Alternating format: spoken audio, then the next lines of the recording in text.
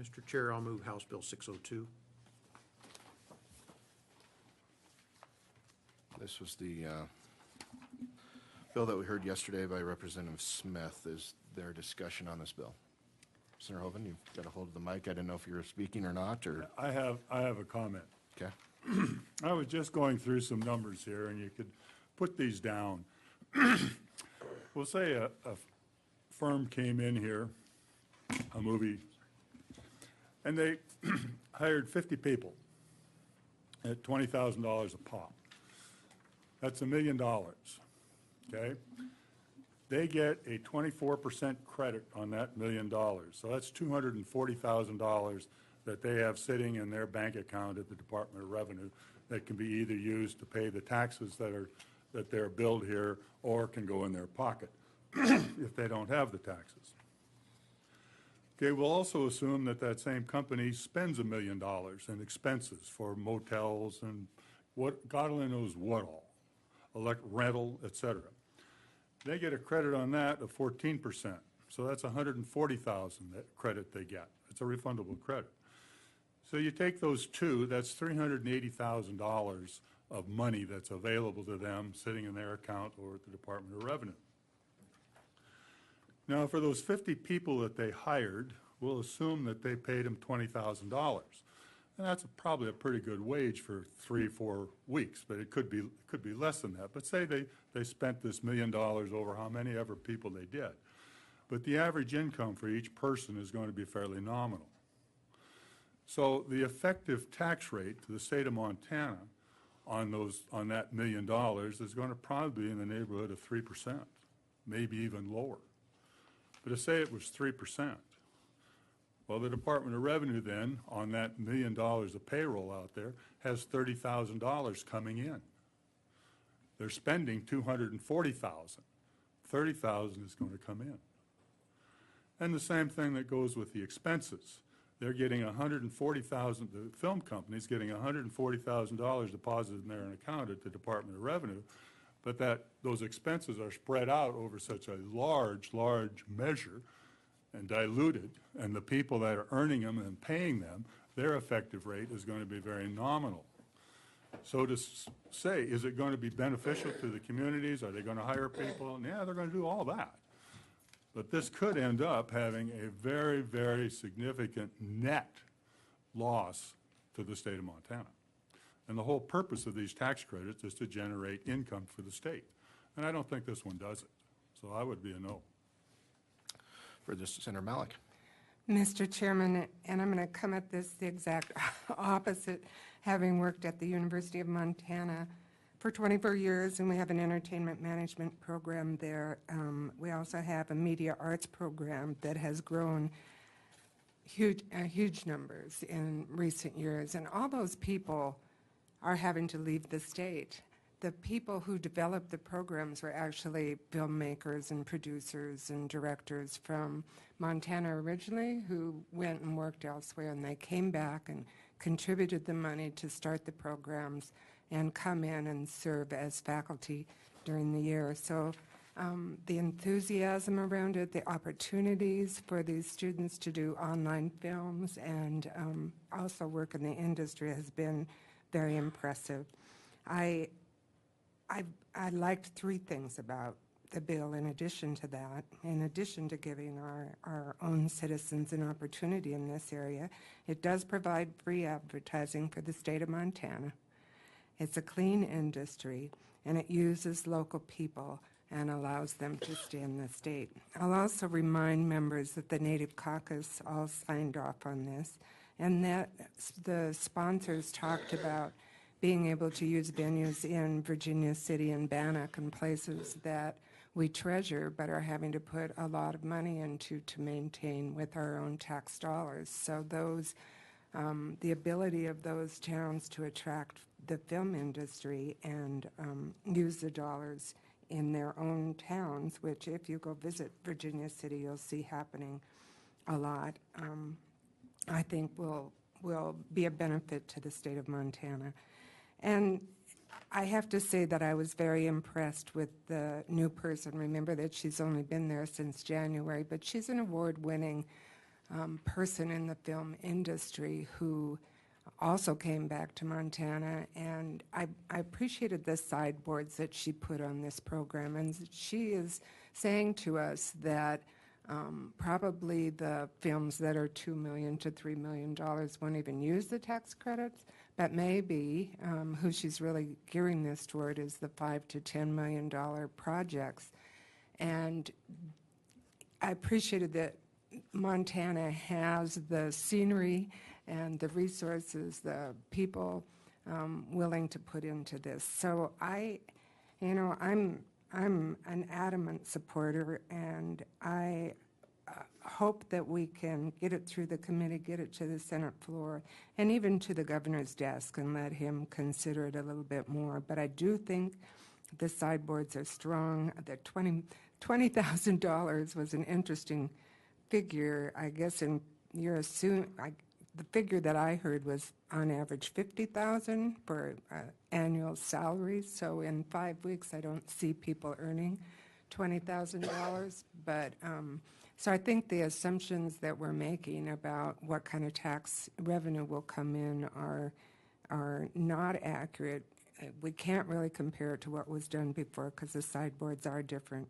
And I do think this person who is going to oversee this program will be very effective at it. So I hope we'll give it a try and bring more of these jobs to Montana. Thank you. Senator Conower. Thank you, Mr. Chairman. And what I would say is, look at the fiscal note. The fiscal note itself is only general fund. It's only the effect of these tax credits going back. Well, the money comes to the state before they then, almost a year and a half later, make their application to get it back. And the information we just got today, I find incredibly informational. If you look at the last two pieces of information that came from the Department of Commerce, it shows that in 2015 there were 96 projects, and then without the credit in 2016 there was 24 projects. So it really does incentivize amounts of money into the state. We know that in the Helena area, our Helena Chamber has done a calculation that any dollar spent in our local community runs 7 times around, so it encourages the $7. I find it fascinating that most of these shooting, of these films is in a lot of our more rural areas, and I like that this is targeted at them to get folks to go to those rural areas. Can't imagine what $1 makes in Chester or, Broadus or, the opportunities for our rural areas are extremely amazing. And I carried this bill before. It's one of those that I just think they don't come here if we don't have something, and when they come here, they leave more here in the state than what they take away. So I'm 100% behind this. Thank you. Senator Pomnikowski. Mr. Chairman, members of the committee, I guess I take exception a bit with my good friend from Great Falls. And I should probably disclose that I am a graduate of the Montana State University Film and TV program, and I've worked in the industry, in television production. But instead of thinking of this as money in a savings account at the Department of Revenue, I think it's worthwhile to think of it in the same way as the representative from the Montana Film Office said. It's a coupon. You can hold your coupon in your hot little hand and never use it. I particularly like that this bill requires that it's Montanans who are hired for productions, and that there's a greater benefit for Montanans from underserved communities hired for productions. Those are jobs that otherwise may not be found by those people in any other capacity. Additionally, it's not just the income that's paid to people. I think one of the people that testified said that for one weekend, a film festival in Butte, there was $50,000 spent in that community. That is a huge difference. That's a huge difference. That's $50,000 Butte would otherwise not have seen. We also heard from the Montana Lodging and Hospitality Association, and so not just that hotel rooms are booked, but that whoever's booking them pays the bed tax, they pay the rental car tax, they pay, the people who work are paying their income taxes. The return on the dollar is larger than we think. And I was actually a bit dismayed on behalf of some of the productions that they need to pay a filing fee to even apply for the credit. They need to file a tax return to the state. And then that is then when the credit can be considered. So all of the original expenditures are made, all of the hiring is done, all of the hotel rooms are booked, the antiques are purchased, the set design is done, all of that is, we get all that benefit first before someone even may file for the credit. They may never do that. Mr. Chairman, members of the committee, this has worked before. We have the proof in the pudding. I think we should reinstate it. I didn't think it should ever lapse in the first place. And go Cats. Further Senator Barrett? In the past, and fairly consistently, I hope, I have opposed the granting of incentives when it leads to an obvious race to the bottom. I think we have an egregious example of that in this particular case. People coming in saying, you know, we have to have these incentives because other states have these incentives. The implication of a race to the bottom is not simply that that you end up with, you know, tying your policy to what other states are doing in a sort of reflexive way, but it also means that in the end, you don't get very much change in where this industry actually locates and does business. You just have incentives everywhere, but they don't actually have much of an impact on where the business takes place. And in fact, there's research that indicates that these incentives, motion picture incentives, which many states offer, have had very little impact on where this business is done. So I can't support the bill because I think that we are looking at a particularly obvious example of a race to the bottom in this case, and so I'm going to vote no. Mr. Chairman, Senator Barrett, could you tell us what studies you've looked at? Because the testimony yesterday was absolutely opposite of that Atlanta and Oklahoma. And do you have the studies? The testimony yesterday was anecdotal, but the study that I looked at was by a professor. It's in the Journal of Public Administration. It's by a professor at the University of Southern California, and it examines the impact, statistically examines the impact of the existence of 4 types of motion picture incentives on both employment, wages, gross product, and locational coefficients of motion picture industry. Senator Konar? I'd like to point out one other piece of information that was in the packet that we just got today, or maybe it was in the one yesterday, but return on investment of the Montana Film Tax Credit, and it looks at the year of 2012. And the credit that was given in that year was $163,000. Montana spending by credit recipients was $3.2 million on 57 productions. Montana spending by non-credit productions was $3.8 million for a total spending on productions of $7.1 million.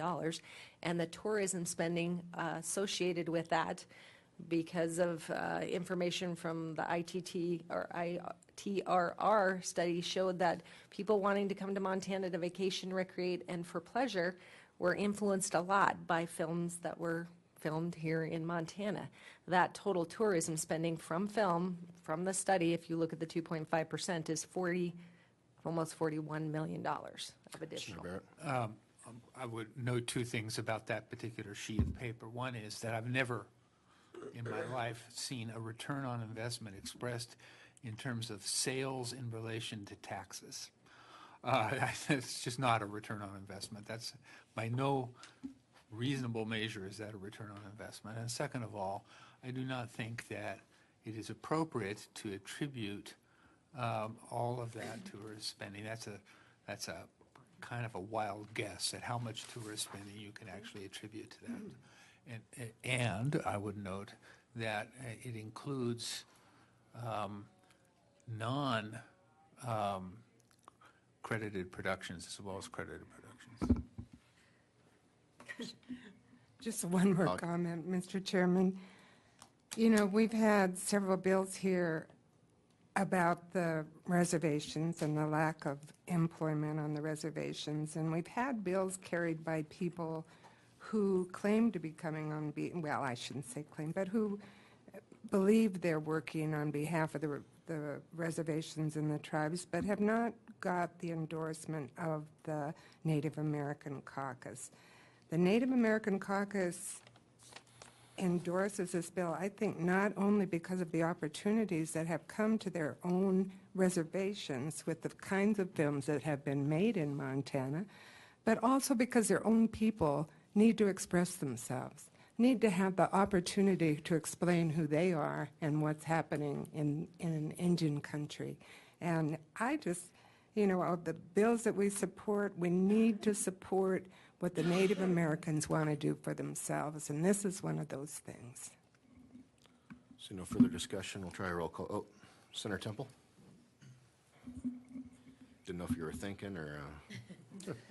Mr. Chair, I'm always thinking in the background here, but everybody probably wants to know about the Chester cheetah thing, and they come in and that, unfortunately, or fortunately, I guess that my granddaughter was being born that weekend, so I wasn't there, but they did come in and spend a lot of money. They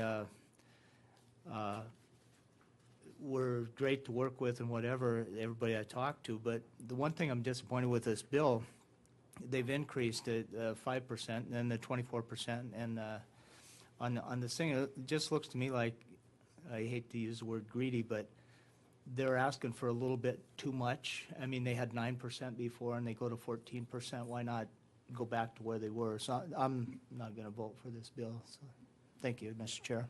Further discussion? Roll call vote, please.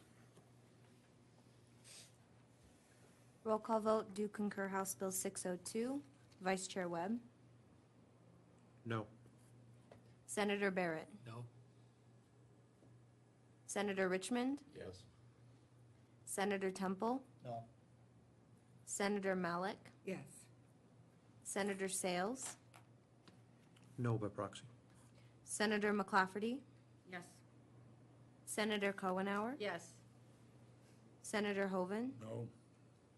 Senator Palmikowski. Yes. Senator Thomas. Yes by proxy.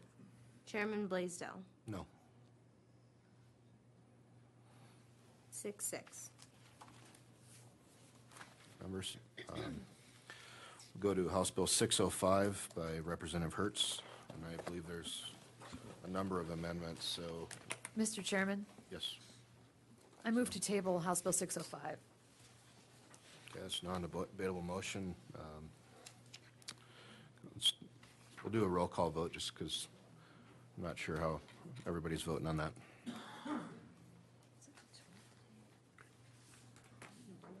Roll call to table House Bill 605. Vice Chair Webb. Yes. Senator Barrett. Yes. Senator Richmond. Yes. Senator Temple. Yes. Senator Malik. Yes. Senator Sales. Yes by proxy. Senator McClafferty. Yes. Senator Cohenauer. Yes. Senator Hoven. Senator Palmikowski. Yes. Senator Thomas. Yes by proxy. Chairman Blaisdell. Yes. Sorry about that, members. I wasn't sure.